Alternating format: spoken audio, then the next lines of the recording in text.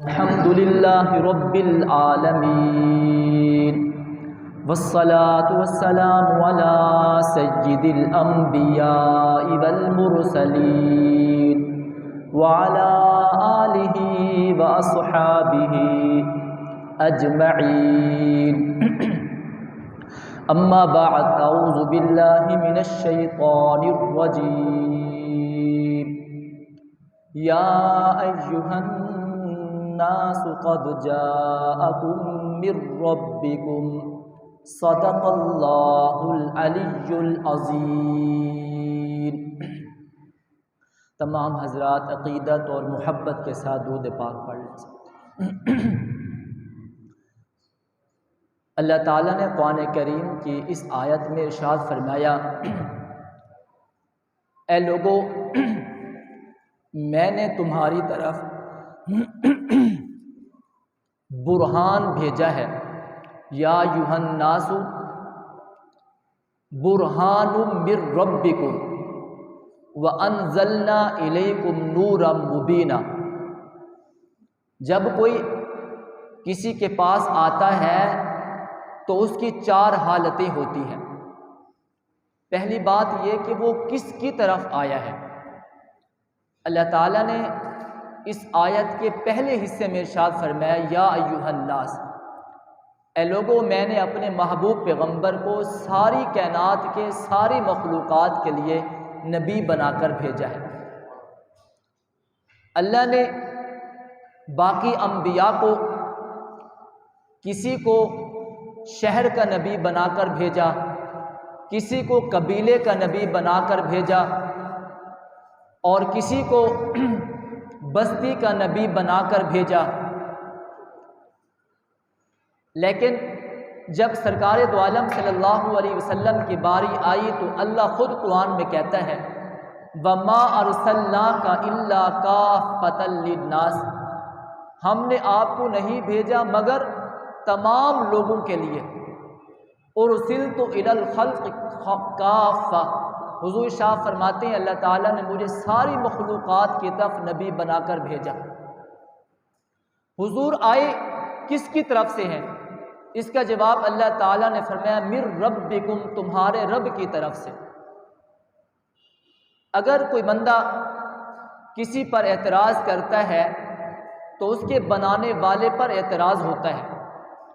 انبیاء علیہ السلام کی قوموں نے آپ پر جب اعتراض کیا تو اللہ تعالیٰ نے جواب نہیں دیا۔ حضرت نوح علیہ السلام سے قوم نے کہا، انا لنراک فی ضلال مبین، ہم آپ کو کھلی گمراہی میں سمجھتے ہیں۔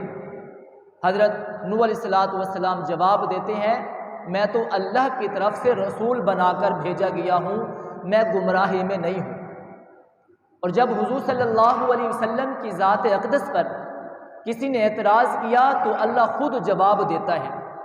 لوگوں نے کہا اللہ نے آپ کو چھوڑ دیا، جب وحی نازل نہ ہوئی تو اللہ نے خود جواب دیا، وَالضُّحَىٰ وَاللَّيْلِ إِذَا سَجَىٰ مَا وَدَّعَكَ رَبُّكَ وَمَا قَلَىٰ، آپ کے رب نے آپ کو نہیں چھوڑا۔ لوگوں نے اعتراض کیا کہ آپ رسول نہیں، اللہ نے خود جواب دیا، یاسین والقرآن الحکیم انک لمن المرسلین، مجھے عزت والے احترام والے قرآن کی قسم، انک لمن المرسلین، محبوب آپ اللہ کے ہاں رسول ہیں۔ اور تیسری چیز حضور کیا لے کر آئے؟ فرمایا وَأَنزَلْنَا إِلَيْكُمْ نُورًا مُبِينًا، فرمایا اللہ کی طرف سے نور مبین لے کر آئے۔ کیا نور مبین؟ فرمایا اس سے مراد قرآن کریم ہے۔ اللہ تعالیٰ نے حضور صلی اللہ علیہ وسلم کو قرآن دے کر بھیجا، نازل کر کے بھیجا۔ حضور شاہ فرماتے ہیں قرآن پڑھا کرو، اس لیے کہ قیامت کے دن یہ قرآن تمہاری اللہ کے دربار میں شفاعت کرے گا۔ پہلے شفاعت کرے گا، مولا اسے جنت کے جوتے پہنا، اللہ اس کو جنت کے جوتے پہنائے گا۔ پھر شفاعت کرے گا، اللہ اس کو جنت کا عزت کا لباس پہنا، اللہ اس کو عزت کا لباس پہنائیں گے۔ پھر شفاعت کرے گا، مولا اس کے سر پر جنتی تاج کو سجا، اللہ جنتی تاج کو اس پر سجا دے گا۔ پھر وہ اللہ کے حضور شفاعت کرے گا، مولا اس کو جنت کا وارث بنا، تو اللہ قرآن کی شفاعت کو قبول کر کے پڑھنے والے کو جنت کا وارث بنا دیں گے۔ اور جو میرا موضوع ہے وہ ہے برہان من ربکم، حضور کس حیثیت سے آئے؟ اللہ رب العزت نے ارشاد فرمایا برہان بن کر آئے، اور برہان کا معنی ہے معجزہ۔ اللہ نے ہر نبی کو معجزات دیے، کسی کو ایک معجزہ دیا، کسی کو 2 معجزے دیے، کسی کو 3 معجزے دیے، کسی کے کلام میں معجزہ ہے، کسی کے ید بیضاء میں معجزہ ہے، کسی کے قدموں میں معجزہ ہے، کسی کے کرم میں معجزہ ہے، اور کسی کو اللہ نے ہواؤں کے ذریعے معجزات عطا کیے۔ ہر نبی کو اللہ رب العزت نے صرف معجزات عطا فرمائے۔ جب حضور صلی اللہ علیہ وسلم کی دنیا میں آنے کی باری آئی، آپ کو کچھ عطا کرنے کی باری آئی، اللہ رب العزت نے ارشاد فرمایا باقی انبیاء کو میں نے صرف معجزات دیے، اور حضور کو اللہ رب العزت ارشاد فرماتے ہیں میں نے سراپا معجزہ بنا کر بھیجا ہے۔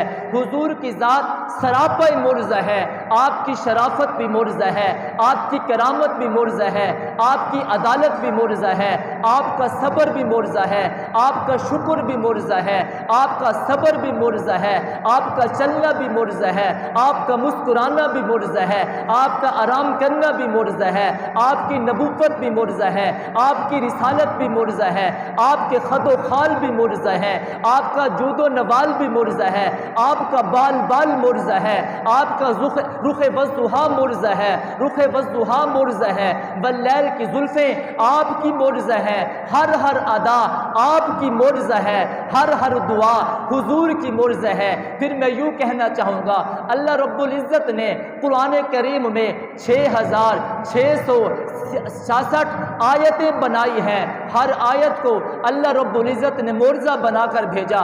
پھر اللہ رب العزت نے قرآن کریم میں 3,22,670 حروف بنائے ہیں، ہر حرف کو اللہ رب العزت نے معجزہ بنایا، اور حرفوں کو ملاؤ کلمہ بنتا ہے، کلمہ بھی معجزہ ہے، کلموں کو ملاؤ حروف بنتے ہیں، حروف بھی معجزے ہیں، حروف کو ملاؤ کلام بنتا ہے، کلام بھی معجزہ ہے، کلام کو ملاؤ آیتیں بنتی ہیں، آیتیں بھی معجزہ ہیں، آیتوں کو ملاؤ رکوع بنتا ہے، رکوع بھی معجزہ ہے، رکوع کو ملاؤ ربو بنتا ہے، ربو بھی معجزہ ہے، ربو کو ملاؤ نصف پارہ بنتا ہے، نصف پارہ بھی معجزہ ہے، نصف پارے کو ملاؤ ایک پارہ بنتا ہے، پارہ بھی معجزہ ہے، اور 30 پاروں کو ملاؤ پورا قرآن بنتا ہے۔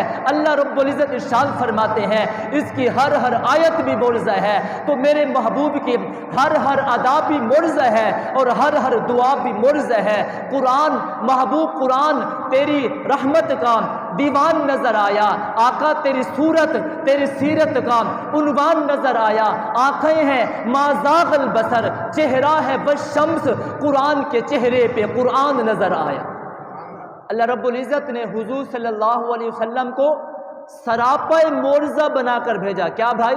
سراپا معجزہ، کسی کو ایک معجزہ، کسی کو 2 معجزے، لیکن محبوب کو اللہ رب العزت نے سراپا معجزہ بنا کر بھیجا۔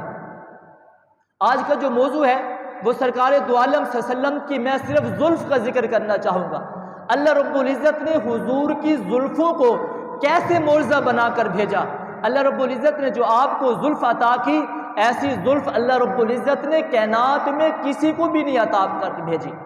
صحابہ کرام فرماتے ہیں سرکار دو عالم صلی اللہ علیہ وسلم کی زلفیں نہ تو بالکل سیدھی تھی اور نہ بالکل پیچیدہ تھی، فرمایا گھنگریالے بال تھے، خمدار تھے، ایسے خمدار بال اللہ رب العزت نے کائنات میں کسی اور کو عطا نہیں کیے۔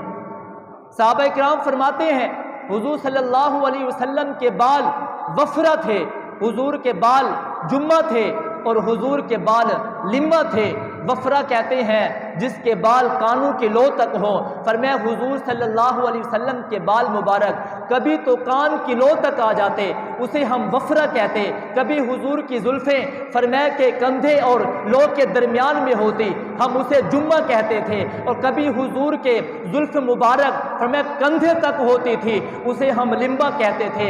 سرکار دو عالم صلی اللہ علیہ وسلم کی زلف کے یہی 3 طریقے تھے، کبھی آپ کی زلف کان کی لو تک ہوتی تھی، کبھی آپ کی زلف مبارک کندھے اور لو کے کان کے درمیان میں ہوا کرتی تھی، اور کبھی آپ کی زلف مبارک کندھے تک ہوا کرتی تھی۔ صحابہ کرام فرماتے ہیں جب حضور بال کو تراشا کرتے تھے تو آپ کے بال مبارک کان کی لو تک آ جایا کرتے تھے، اور جب آقا بال نہ مڑواتے پھر سرکار دو عالم صلی اللہ علیہ وسلم کی زلفیں فرمائے کندھے تک ہو جایا کرتی تھی۔ اور صحابہ کہتے ہیں ایک مرتبہ اللہ کے نبی صلی اللہ علیہ وسلم نے سرخ جبہ پہنا ہوا تھا اور آقا کی زلفیں کندھے مبارک تک تھی۔ فرمایا جب ہم نے حضور کے رخ انور کو دیکھا، حضور کا دیدار کیا، فرمایا ان زلفوں میں اور سرخ جبے میں آقا سے خوبصورت ہمیں کائنات میں کوئی اور نظر نہیں آیا۔ آپ کا بال اور میرے بال اگر کسی کے برتن میں گر جائیں، پانی میں گر جائیں اور دودھ میں گر جائیں، ہم کہتے ہیں بھائی پہلے اس دودھ میں اس بال کو نکال، اس پانی سے اس بال کو نکال۔ لیکن اللہ نے حضور کو جو زلفیں عطا کر رکھی تھی، اللہ نے جو حضور کو بال مبارک عطا کر رکھے تھے، وہ سراپا معجزہ ہیں۔ صحابہ کہتے ہیں حضرت ام سلمہ کے پاس حضور صلی اللہ علیہ وسلم کا ایک بال مبارک تھا، ان نے چاندی کی ڈبیا میں محفوظ کر کے رکھا ہوا تھا۔ حضرت عبداللہ بن عثمان کہتے ہیں میری والدہ نے برتن دیا، فرمایا میرے بیٹے برتن لے جا، اس میں پانی بھی بھرتا جا۔ اماں کہاں جاؤں؟ فرمایا ام سلمہ کے پاس جا، انہیں کہے میرا بیٹا بیمار ہے، ذرا حضور کی زلف مبارک تو اس پانی کے برتن میں ڈال دے۔ ام سلمہ نے اپنا حضور صلی اللہ علیہ وسلم کی زلف مبارک کو نکالا، اس برتن میں ڈال دیا۔ اب وہ پانی لے کر اپنی اماں کے پاس آ گیا۔ اس کی اماں کہتی ہے اے عبداللہ، عثمان بن عبداللہ تجھے کیا بتاؤں، جب میں بیمار ہوتی ہوں، جب گھر میں کوئی اور بیمار ہوتا ہے، حضور کی زلف کو پانی میں ڈلوا کے ہم پی لیتے ہیں، اللہ حضور کی اس مبارک زلف کی وجہ سے ہمیں شفا عطا کر دیتا ہے۔ آپ کے بال، میرا بال کسی کے پانی میں گر جائے، کراہٹ محسوس ہو، حضور صلی اللہ علیہ وسلم کے بال مبارک میں لوگ پانی ڈلوا کر پیا کرتے تھے، جس کو نظر بد لگ جاتی اس کی نظر دور ہو جاتی، جو بیمار ہو جاتا اسے شفا مل جایا کرتی تھی۔ حضرت انس رضی اللہ تعالیٰ عنہ کہتے ہیں حجۃ الوداع کے موقع پر سرکار دو عالم صلی اللہ علیہ وسلم نے اپنے بال مبارک کٹوائے۔ انس کہتے ہیں حضور کے بال مبارک کٹوانے کا یہ انداز تھا، پہلے آپ نے دائیں طرف حجام کے سامنے کیا اور اس نے داہنی سائیڈ اللہ کے نبی صلی اللہ علیہ وسلم کی بالوں کی اتار لی، پھر آپ نے ابو طلحہ انصاری کو بلایا اور فرمایا ابو طلحہ انصاری یہ میرے بال ہیں اپنے پاس رکھ لے۔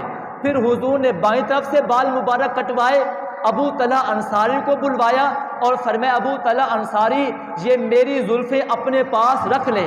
جب ابو طلحہ انصاری کہتے ہیں حضور کے سر مبارک کے سارے بال میرے پاس آ گئے، پھر اللہ کے نبی نے ارشاد فرمایا ابو طلحہ انصاری اب ان بالوں کو میرے جان نثاروں میں، میرے صحابہ میں، میرے غلاموں میں، میرے وفاداروں میں تقسیم کر دے۔ ابو طلحہ انصاری کہتے ہیں پھر میں نے بال تقسیم کرنا شروع کر دیے، کسی کی قسمت میں ایک بال تھا، کسی کی قسمت میں 2 بال تھے، کسی کو کتنے بال ملے، کسی کو کتنے بال ملے۔ جناب انس کہتے ہیں میری قسمت میں حضور کا ایک بال مبارک تھا، میری قسمت میں ایک بال مبارک آیا، میں نے ساری زندگی سنبھال کر رکھا، جب دنیا سے جانے لگے ثابت کو وصیت کر کے گئے اے ثابت جب دنیا سے چلا جاؤں میرے منہ میں خوشبو نہ لگانا، زلف محمد مصطفیٰ کو اٹھا کر میرے منہ میں رکھ دینا اور قبر کے پرتال میں اتار دینا، جب آخرت میں اللہ کے دربار میں جاؤں گا میرے منہ میں کچھ اور نہیں ہوگا، زلف معمر ہوگی اور بال مبارک محمد مصطفیٰ کا ہوگا۔ حضرت خالد بن ولید سب کہہ دو رضی اللہ تعالیٰ عنہ، ان کی قسمت میں بھی ایک بال آیا۔ حضرت خالد بن ولید رضی اللہ تعالیٰ عنہ جب بھی جنگ پر جاتے وہ بال مبارک اپنی ٹوپی میں سلوا کے رکھا ہوا تھا، جب بھی جنگ پر جاتے وہ منہ مبارک، وہ زلف مبارک جو ٹوپی میں تھی اس ٹوپی کو پہن کر جنگ میں جاتے۔ حضرت خالد بن ولید کہتے ہیں جب میں جنگ پر جاتا تھا اللہ ان زلف مبارک کی برکت سے مجھے فتح عطا فرماتے تھے۔ ایک مرتبہ جنگ پہ گئے، وہ ٹوپی پہن لی جس میں حضور کی زلفیں تھی، فرمایا وہ ٹوپی گم ہو گئی۔ صحابہ کہتے ہیں حضرت خالد بن ولید نے کافروں سے جنگ کی۔ ہم نے کہا اے خالد بن ولید، آپ نے صرف ٹوپی کی وجہ سے جنگ کی ہے؟ حضرت خالد بن ولید کہتے ہیں میں نے ٹوپی کی وجہ سے جنگ نہیں کی۔ ارے پوچھو تو صحیح اس ٹوپی میں کیا تھا؟ اس ٹوپی میں زلف مصطفیٰ تھی، زلف معبر تھی۔ آج وہ ٹوپی گم ہو گئی ہے، گر گئی ہے۔ میں نے جنگ اس لیے کی ہے، صحابہ کو اس لیے شہید کروایا ہے کہ وہ ٹوپی مل جائے۔ ٹوپی کا ملنا اس وجہ سے ہے جب تک میرے پاس رہے گی میں ادب سے احترام سے اپنے پاس رکھتا رہوں گا اور مجھے فتح ملتی رہے گی۔ ایسا نہ ہو یہ بال مبارک کسی کافر کے ہاتھ میں آ جائے اور وہ اللہ کے رسول صلی اللہ علیہ وسلم کی زلف مبارک کی بے ادبی کر بیٹھے۔ خالد بن ولید نے اس وجہ سے جنگ کی ہے تاکہ وہ زلف مبارک میرے پاس آ جائیں۔ جیسے پہلی برکات مل رہی تھی ویسے اللہ کے نبی صلی اللہ علیہ وسلم کی زلف مبارک کی وجہ سے مجھے برکات ملتی رہے۔ آواز تھوڑی کم کریں، سمجھ نہیں آتی۔ سرکار دو عالم صلی اللہ علیہ وسلم کو اللہ تعالیٰ نے سراپا معجزہ بنا کر بھیجا۔ کیا بنا کر بھیجا بھائی؟ سراپا معجزہ۔ اللہ نے جو حضور کو زلفیں عطا کی وہ بھی معجزہ تھی۔ حضور صلی اللہ علیہ وسلم کا بال فرمایا معجزہ تھا۔ عروہ بن مسعود ثقفی کفار نے بھیجا، مشرکین مکہ نے بھیجا حضور صلی اللہ علیہ وسلم سے مذاکرہ کے لیے، صلح کے لیے۔ وہ جب اللہ کے نبی صلی اللہ علیہ وسلم کی محفل میں آیا تو آ کر جب اس نے صحابہ کا منظر دیکھا، اطاعت، خدمت اور ادب کا، احترام کا جو جذبہ تھا وہ دیکھا، جب واپس کفار کے پاس گیا کہنے لگا آج میں تمہیں محمد اور ان کے صحابہ کی تعظیم نہ بتاؤں، وہ حضور سے کتنی محبت کرتے ہیں، کیسے حضور کے عاشق ہیں۔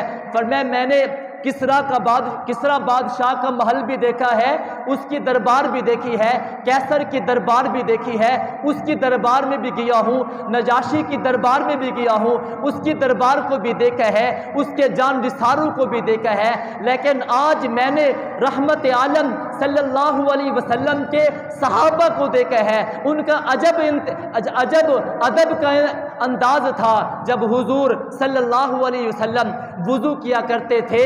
فرمایا صحابہ اپنے ہاتھوں کو نیچے لے کے کھڑے ہوتے تھے، وضو کا ایک قطرہ بھی پانی کا زمین پر نہیں گرنے دیتے تھے۔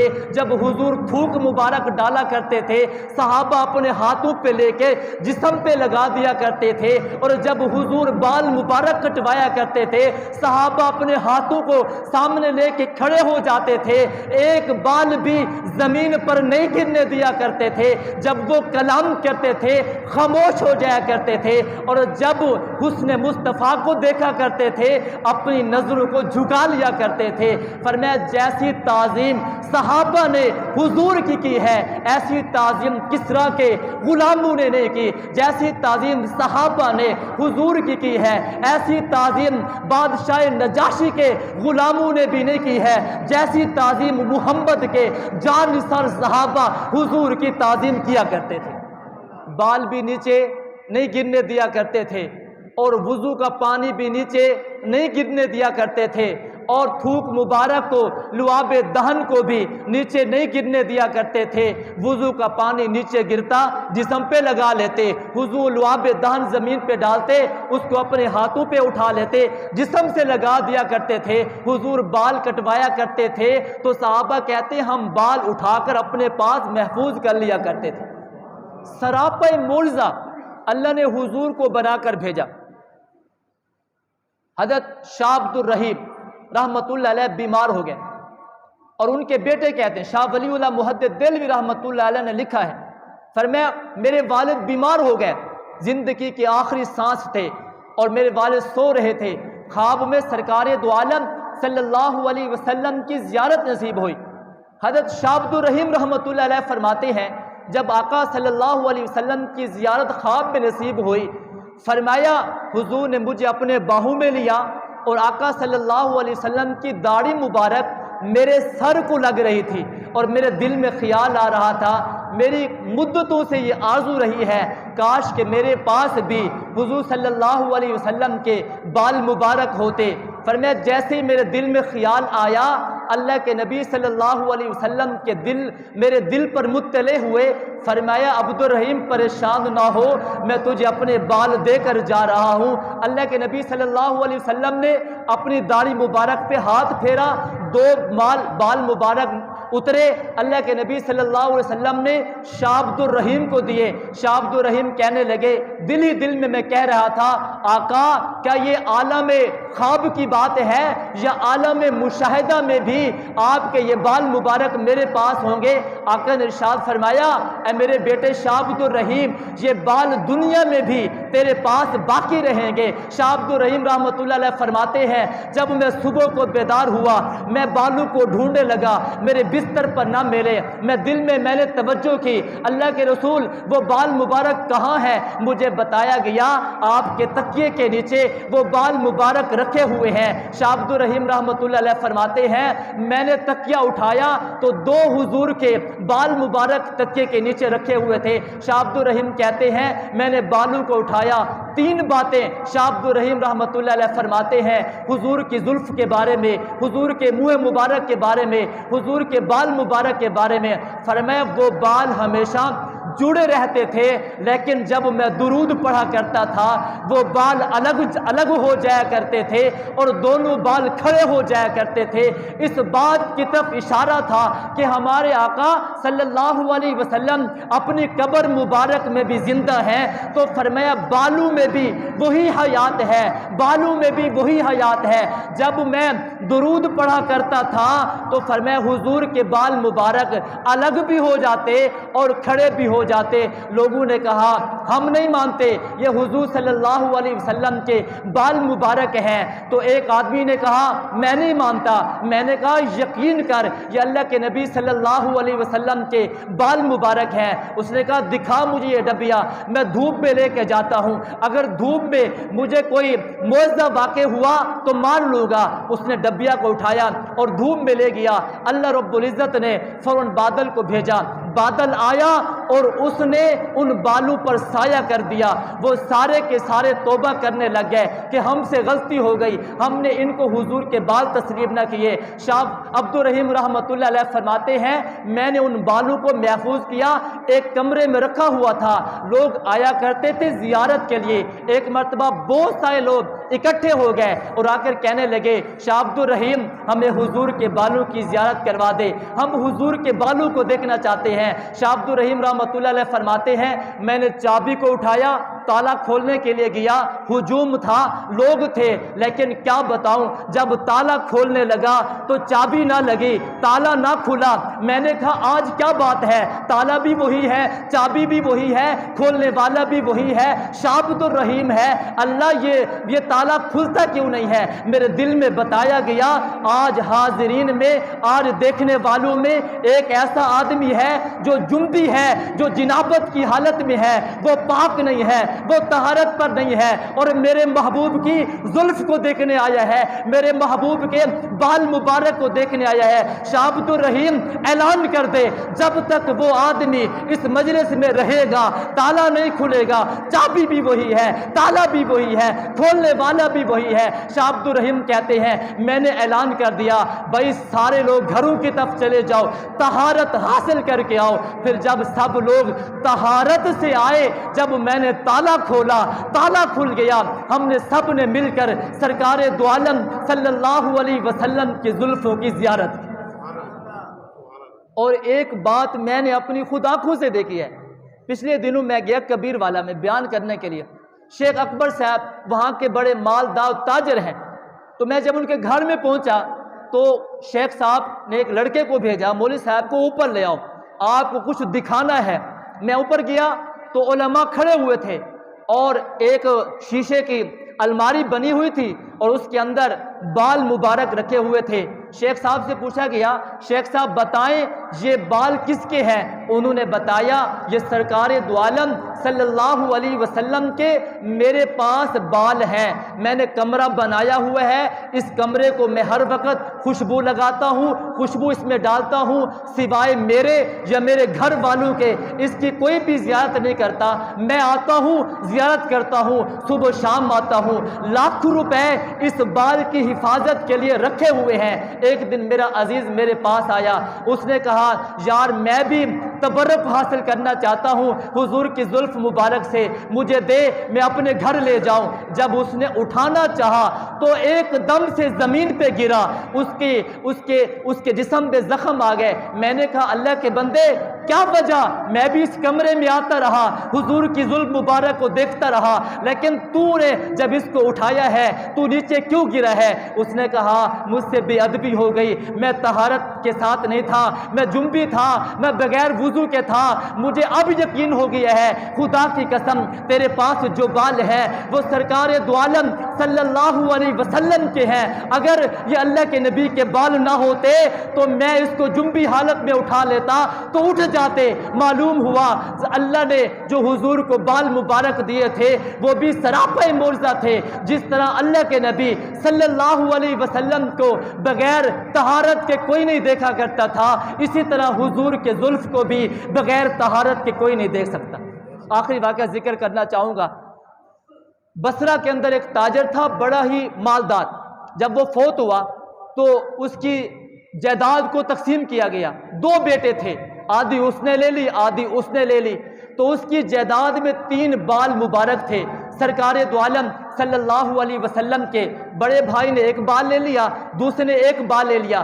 بڑے نے کہا کیونکہ ہم نے وراثت بھی آدھی آدھی تقسیم کی ہے تو بال کو بھی تقسیم کریں گے، آدھا تو لے گا آدھا میں لے گا۔ چھوٹے بھائی نے کہا میرا نبی عظیم تر ہے، میرے نبی کی بڑی شان ہے، میں یہ نہیں ہونے دوں گا، یہ بال تو رکھ لے۔ اس نے کہا نہیں، پھر تو ایسا کر یہ 3 بال مبارک اپنے پاس رکھ لے اور اپنی ساری جائیداد مجھے دے دے۔ اس نے کہا میں اپنی ساری دنیا کی دولت میں اللہ کے نبی صلی اللہ علیہ وسلم کے بال مبارک پہ قربان کرتا ہوں۔ اس نے ساری دولت بڑے بھائی کو دے دی، وہ بڑا مالدار بن گیا، بڑا تاجر بن گیا، لیکن وقت نے اسے پھر بدلا، غریب بن گیا، منگتا بن گیا۔ خام میں اللہ کے نبی صلی اللہ علیہ وسلم کی زیارت نصیب ہوئی، کہنے لگا یا رسول اللہ پہلے بڑا مالدار تھا، بڑا تجارت والا تھا، آج غریب ہو گیا ہوں، در در منگتا ہوں، مجھے کوئی پانی نہیں دیتا، کھانے کے لیے کچھ نہیں دیتا۔ اللہ کے نبی صلی اللہ علیہ وسلم نے فرمایا او محروم شخص، تو نے میرے بال کا احترام نہ کیا، اللہ رب العزت نے تجھے سزا دی ہے، تیرے بھائی نے میرے بال مبارک کا احترام کیا ہے، ادب کیا ہے، جا اس کو دیکھ اللہ رب العزت نے اسے کتنی عظمت عطا کر رکھی ہے، اسے کتنی شان عطا کر رکھی ہے۔ جب وہ فوت ہوا اللہ کے نبی صلی اللہ علیہ وسلم ایک ولی کے خواب میں آئے، فرمایا لوگوں کو کہہ دو جس نے میرے بال مبارک کا احترام کیا ہے، ادب کیا ہے، وہ اس نوجوان کی قبر پر آ کر جب دعا مانگے گا میں اس کی برکت سے اس کی دعا کو پوری کر دوں گا، حاجت مانگے گا اس کی حاجت کو پورا کر دوں گا، دنیا کی جو بھی تمنا اس کی قبر کے پاس لے کر آئے گا اور اللہ سے مانگے گا اللہ اس کی دعا کو قبول فرما لیں گے۔ اس نے توبہ کی، اس نے کہا پھر کیوں نہ کروں، جاؤں اس کا غلام بن جاؤں، اپنے بھائی کا غلام بن جاؤں جنہیں اللہ رب العزت نے زلف مصطفیٰ کی تعظیم احترام کی وجہ سے اللہ رب العزت نے اسے مقام عطا کر دیا، وہ مالدار فقیر بن گیا، فقیر بن کر اس بھائی کا غلام بن گیا جس نے زلف مصطفیٰ کا احترام کیا۔ اللہ رب العزت نے حضور صلی اللہ علیہ وسلم کو سراپا معجزہ بنا کر بھیجا۔ میں نے صرف زلف مصطفیٰ کا ذکر کیا ہے، زلف منبر کا ذکر کیا ہے۔ اللہ نے حضور کو ایسی زلفیں عطا کی جہان میں ایسی کسی کو زلفیں عطا نہیں کی۔ حضرت عائشہ رضی اللہ تعالیٰ نے فرماتی ہیں ابتداء میں حضور صلی اللہ علیہ وسلم اپنے بالوں کو کھلا چھوڑ دیا کرتے تھے، پھر حکم آیا اے میرے محبوب پیغمبر اب مانگ نکالا کر۔ حضرت عائشہ فرماتی ہیں پھر حضور مانگ نکال لیا کرتے تھے، آدھے بال دائنی طرف آدھے بال بال باہنی طرف ڈال دیا کرتے تھے۔ حضرت عائشہ کہتی ہے جب حضور اپنے زلفوں کو بنایا کرتے تھے کائنات میں سب سے زیادہ حسین حضور ہمیں نظر آیا کرتے تھے۔ اللہ مجھے اور آپ کو عمل کی توفیق